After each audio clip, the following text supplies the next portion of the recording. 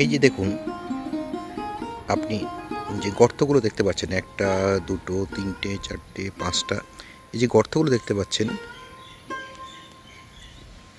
এখান থেকে রাতের বেলায় হাতি গিয়েছে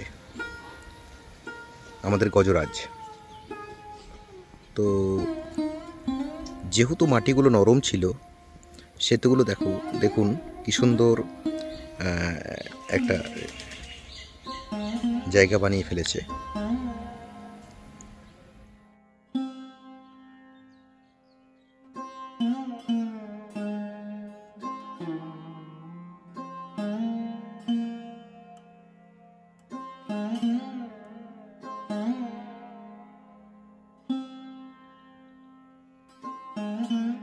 আমরা এদিকেও একটা এরকম দৃশ্য দেখতে পাচ্ছি, তো এখানটায় যাওয়ার চেষ্টা করছি।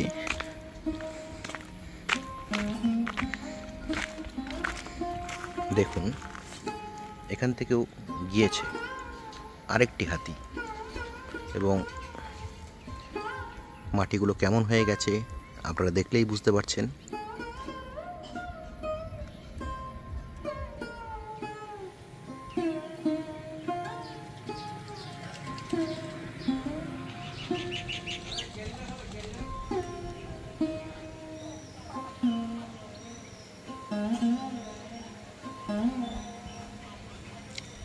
হাঁসটি নিজেকে পরিষ্কার পরিচ্ছন্ন করছে।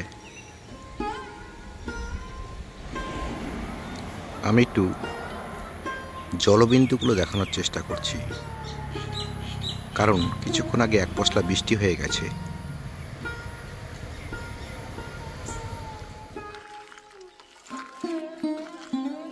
সেই চা বাগান। দীপঙ্কর, কেমন লাগছে জায়গাটা? সত্যি কথা বলতে আমি প্রথম এলাম তো এই দিকটায়, হ্যাঁ, আমি ভাবতে পারিনি এত সুন্দর জায়গা ভেতরটার মধ্যে, ফরেস্টের মধ্যে থেকে একদম ডাইরেক্ট চলে আসলাম একটা টি স্টেটে।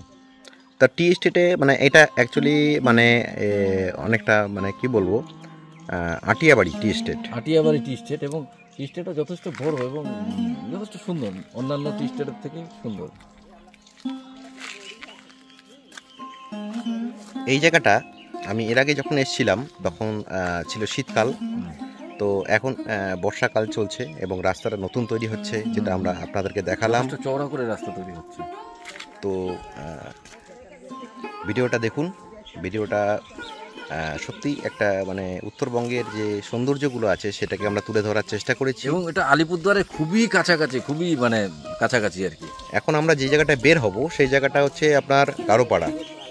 তো যাই হোক, আপনারা আছেন যে মনে করুন যে যে আছে যে এখানকার যে লোকাল যারা আর কি চা শ্রমিক আছে, তারা দেখুন যাচ্ছে, ফেরত যাচ্ছে, তারা নিজেদের ভাষায় কথা বলছে,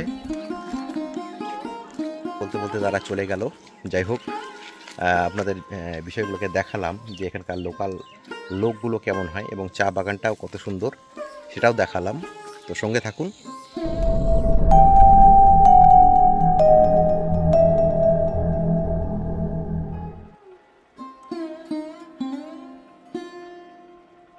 কালচিনি কালচিনি চলছি নতুন জায়গার খোঁজে।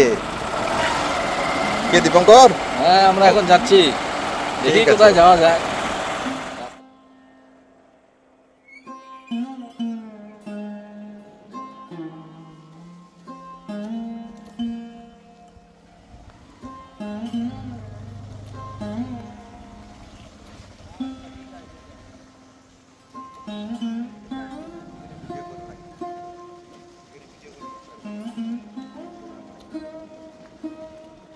আমি যখন আসছিলাম তখন বর্ষাকাল ছিল না, এটা আমরা এখন এসছি যেটা সেটা হচ্ছে বর্ষাকাল।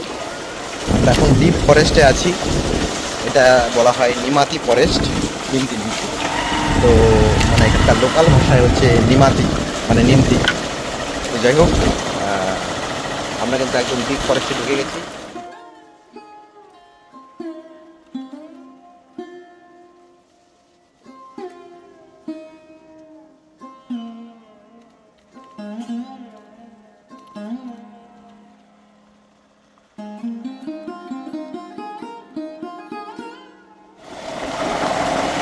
তো চলছি চলছি চলছি চলছি চলছি ফরেস্ট, ডিপ ফরেস্ট।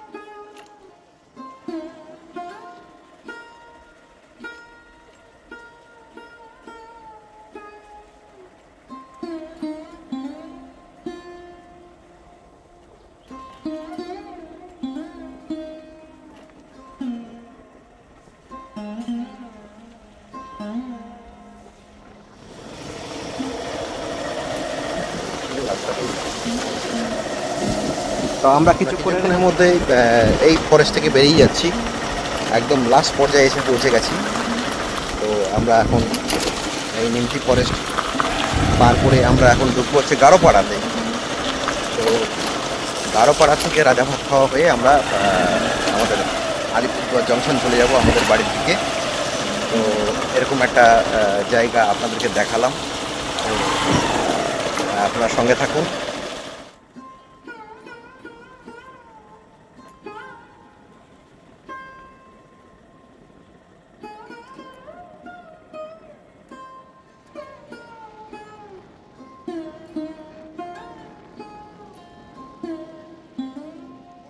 ফরেস্ট শেষ করে আমরা চা বাগানে প্রবেশ করলাম। তো একটু এর মধ্যে একদম পিওর চা বাগানে ঢুকবো আমরা।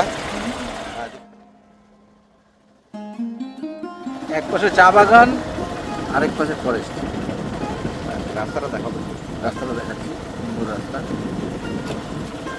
সুন্দর রাস্তা, খারাপ রাস্তা, চটিটা আটকে গেছে।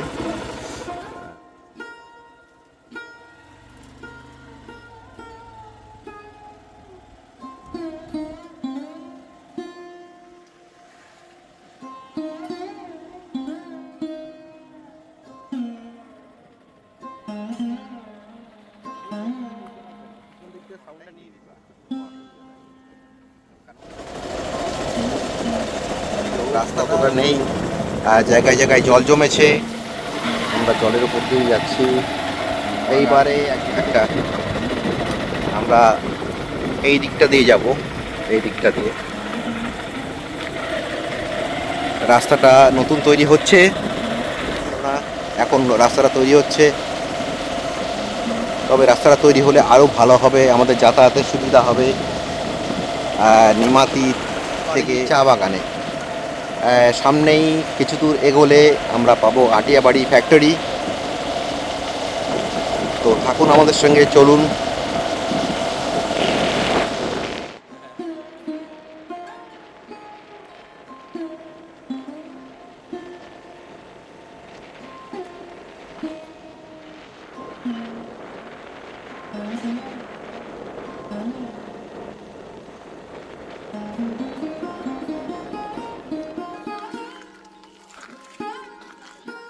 সেই চা বাগান।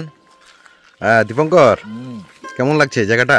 সত্যি কথা বলতে আমি প্রথম এলাম তো এই দিকটায়, হ্যাঁ, আমি ভাবতে পারিনি এত সুন্দর জায়গা ভেতরটার মধ্যে, ফরেস্টের মধ্যে থেকে একদম ডাইরেক্ট চলে আসলাম একটা টি স্টেট, আটিয়াবাড়ি টি স্টেট। আটিয়াবাড়ি টি স্টেট। এবং টি স্টেটটা যথেষ্ট বড় এবং যথেষ্ট সুন্দর অন্যান্য টি স্টেটের থেকে। এই জায়গাটা আমি এর আগে যখন এসেছিলাম তখন ছিল শীতকাল, তো এখন বর্ষাকাল চলছে এবং রাস্তাটা নতুন তৈরি হচ্ছে, যেটা আমরা আপনাদেরকে দেখালাম। চওড়া করে রাস্তা তৈরি হচ্ছে। তো ভিডিওটা দেখুন, ভিডিওটা সত্যি একটা মানে উত্তরবঙ্গের যে সৌন্দর্যগুলো আছে সেটাকে আমরা তুলে ধরার চেষ্টা করেছি। এবং এটা আলিপুরদুয়ারের খুবই কাছাকাছি, খুবই মানে কাছাকাছি আর কি। এখন আমরা যে জায়গাটায় বের হব সেই জায়গাটা হচ্ছে আপনার গারোপাড়া।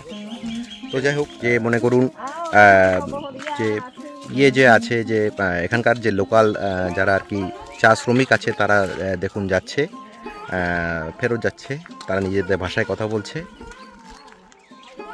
বলতে বলতে তারা চলে গেল। যাই হোক, আপনাদের বিষয়গুলোকে দেখালাম যে এখানকার লোকাল লোকগুলো কেমন হয় এবং চা বাগানটাও কত সুন্দর সেটাও দেখালাম। তো সঙ্গে থাকুন।